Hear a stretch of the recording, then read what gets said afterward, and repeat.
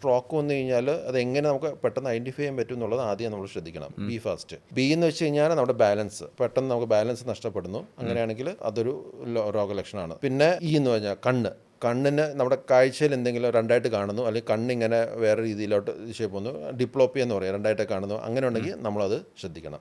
പിന്നെ എഫ്, നമ്മുടെ facial deviation, നമ്മുടെ ഒരു സൈഡ് ഫേസ് കൂടിപ്പോകുന്നു, അങ്ങനെയൊക്കെ വരുവാണെങ്കിൽ നമ്മളത് പെട്ടെന്ന് ശ്രദ്ധിക്കണം. Be fast, facial deviation. Arm drift, അതായത് കൈ ഇങ്ങനെ പൊക്കാൻ പറയുമ്പം തളർച്ച വരുമ്പോഴേക്കും കൈ താന്ന് പോകും, ബലം കിട്ടുന്നില്ല. അപ്പോൾ ആം ഡ്രിഫ്റ്റ്, കൈക്ക് ബലം വരുന്നു. പിന്നെ എസ് എന്ന് വെച്ചാൽ സ്പീച്ച് ഡിസ്റ്റർബൻസ്, അതായത് സംസാരിക്കുന്നത് ഇങ്ങനെ കുഴച്ചിൽ വരുന്നത്, വെറുതെ സംസാരിക്കുമ്പോൾ കുഴച്ചിൽ വരുന്നത്. പിന്നെ ടൈം, പെട്ടെന്ന് ഇങ്ങനെ ഡെവലപ്പ് ചെയ്യാം. B fast, balance, I movements, facial deviation.